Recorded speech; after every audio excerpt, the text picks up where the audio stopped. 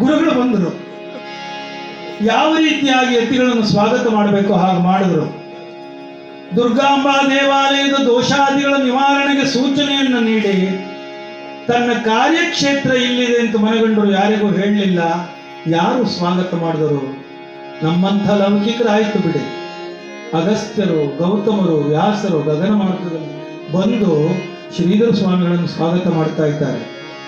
ಮುಂದೆ 53ರಲ್ಲಿ ಭಟ್ಕಳದ ಈ ಕಿತ್ತರೆ ಅಮ್ಮನವ್ರ ಮನೆಯಲ್ಲಿರುವಾಗ ಸಾಗರ ಭಾಗದವರು LT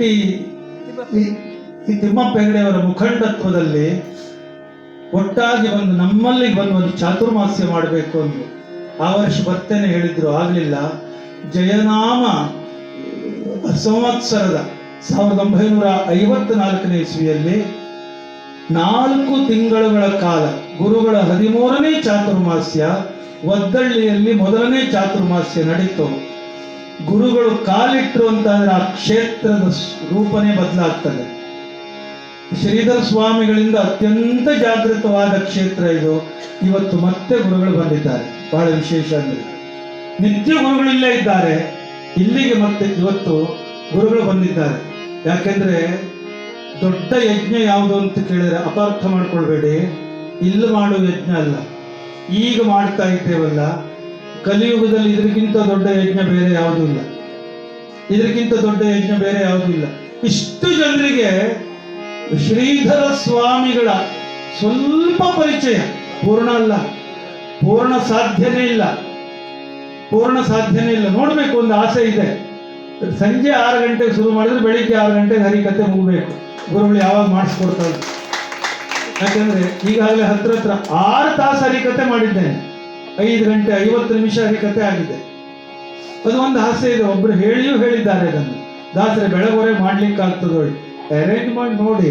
but ನಮ್ಮ ಇವರಿಬ್ಬರು ಎಂತ ಹೇಳಿದ್ದಾರೆ ಅಂದ್ರೆ 2 ಸೆಟ್ ಹೇಳ್ಕೊಳ್ಬೇಕಾಗ್ತದೆ. ನೀವು ನೋಡಿದ್ದಾರೆ ನಮಗೆ ಎಡಬಲದವರು.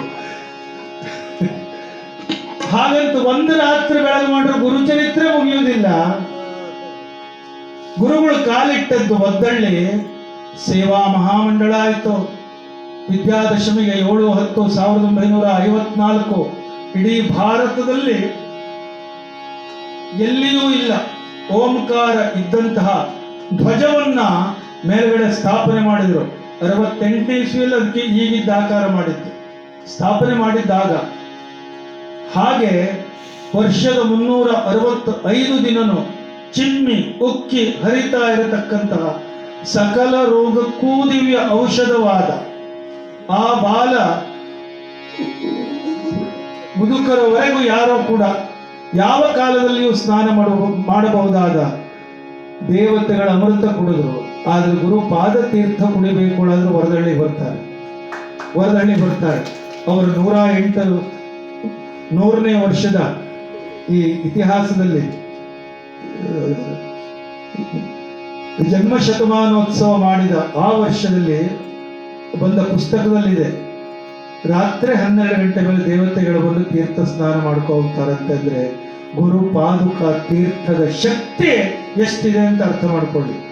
ನಾನು ಇವತ್ತು ನಿಮ್ಮ ಎದುರು ನಿಂತು ಹರಿಕತೆ ಮಾಡ್ತಾ ಇದ್ದರ ಕಾರಣ ಶ್ರೀಧರ ಸ್ವಾಮಿಗಳ ಪಾದ ತೀರ್ಥ ವಿಚಿತ್ರವಾದ ಒಂದು ಕಾಯಿಲೆಗೆ ಒಳಗಾಗಿ ಬೇಡ ಬಿಡಿ, ಆದ್ರೆ ಆ ತೀರ್ಥ ತಗೊಂಡ ಮೇಲೆ, ಯಾಕಂದ್ರೆ 8:20 ಆಯ್ತು, ಆ ತೀರ್ಥ ತಗೊಂಡ ಮೇಲೆ ಇವತ್ತಿನವರೆಗೆ ನಾನು ಮತ್ತೆ ಹಿಂತಿರುಗಿ ನೋಡಲಿಲ್ಲ. ನಿತ್ಯ ತೀರ್ಥ ಖಾಲಿ ಆಯಿತು ಅಂದ್ರೆ ಹೊರದಳ್ಳಿಗೆ ಯಾರು ಹೋಗುವವರಿದ್ರು 5 ಲೀಟರ್ ತೀರ್ಥ ತಂದು ಇಟ್ಕೊಳ್ತೇನೆ. ಆದಿ ವ್ಯಾಧಿ, ಮೆಂಟಲ್ ಫಿಸಿಕಲ್ ಡಿಸಾರ್ಡರ್ಸ್ ಏನೇ ಇದ್ರು it can cure, completely cure, ಸಂಪೂರ್ಣವಾಗಿ ಗುಣಮುಖ ಮಾಡುವ ಶಕ್ತಿ. 54ರಿಂದ 60ನೇ ಇಸ್ವಿಯವರು ಒಳಗೆ ಒದ್ದಳ್ಳಿ ಒದ್ದಳ್ಳಿ ಒದ್ದಳ್ಳಿ ಅಂತಿದ್ದದ್ದು ವರದ ಹಳ್ಳಿ ಆಗ್ತದೆ. ಗುರುಗಳಲ್ಲೇ ಇಲ್ಲ, ಇಡೀ ಭಾರತದಾದ್ಯಂತ ಓಡಾಟ ಮಾಡ್ತಾ ಇದ್ರೆ ಒಂದು ಕಣ್ಣು ವರದಹಳ್ಳಿಯ ಮೇಲೆ, ಯಾವ ಹೊತ್ತಿಗೆ ಅಲ್ಲಿ ಏನಾಗಬೇಕು ಅಂತ ಮಾರ್ಗದರ್ಶನ ಮಾಡ್ತಾ ಈ ಪತ್ರ ಬರೆದು 1963ನೇ ಇಸ್ವಿಯಲ್ಲಿ ಶ್ರೀ ಕ್ಷೇತ್ರ ವರದಪುರ ಅಂತ ಅವರೇ ನಾಮಕರಣ ಮಾಡ್ತಾರೆ. ಧರ್ಮ ಜಾಗೃತಿಯನ್ನ ಕಾಲಿಟ್ಟಲ್ಲೆಲ್ಲ ಮಾಡಿದರು.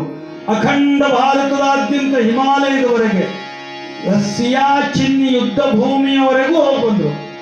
62ನೇ ಇಸ್ವಿಯಲ್ಲಿ ಭಾರತದ ಅತ್ಯಂತ ಎತ್ತರದ ಯುದ್ಧ ಭೂಮಿಗೂ ಕೂಡ ಹೋಗಿ ಬಂದರು. ಶ್ರೀಧರ ಸ್ವಾಮಿಗಳನ್ನು ಏನು ಅಂತ ಅಂದ್ಕೊಳ್ತೀರಿ? ಬದರಿಯಲ್ಲಿ ಆ ಕಾಲದಲ್ಲಿ ಇದ್ದಾಗ ರಾತ್ರಿ ಇಂಗ್ಲಿಷ್ ವಾರ್ತೆ ಮುಕ್ತಾಯ ಆದಮೇಲೆ ಗುರುಗಳು ಮಲಗ್ತಾ ಇದ್ರು.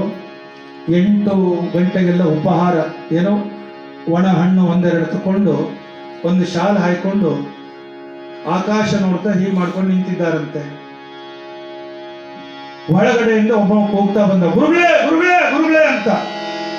ಯಾಕೆಂದ್ರೆ ಗುರುಗಳು ಹೊದ್ಕೊಂಡ ಕಾವಿ ಬಟ್ಟೆ ಅಲ್ಲಿ ಯಾವುದೋ ಒಂದು ಹರಳೆಣ್ಣೆಯ ದೀಪಕ್ಕೆ ತಾಗಿ ಇಲೆಕ್ಟ್ರಿಕ್ ಇದೇನು ಹೆಚ್ಚು ಕಡಿಮೆ ಆಗಿ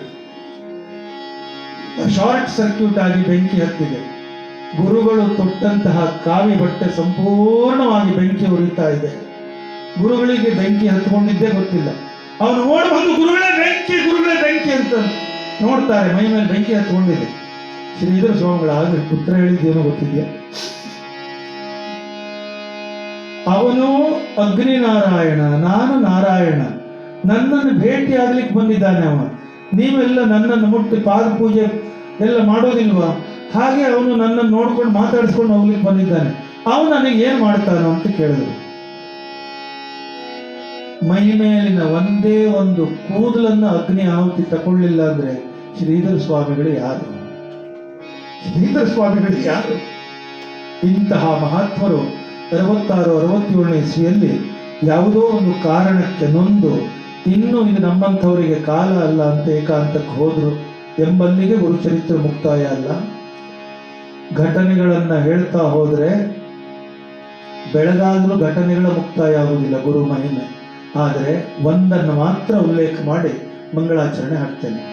ಗುರು ಚರಿತ್ರೆ ಹೇಳಿದ ಮೇಲೆ ಸಾವಿತ್ರಕ್ಕನ ಸುದ್ದಿ ಹೇಳಲೇಬೇಕು.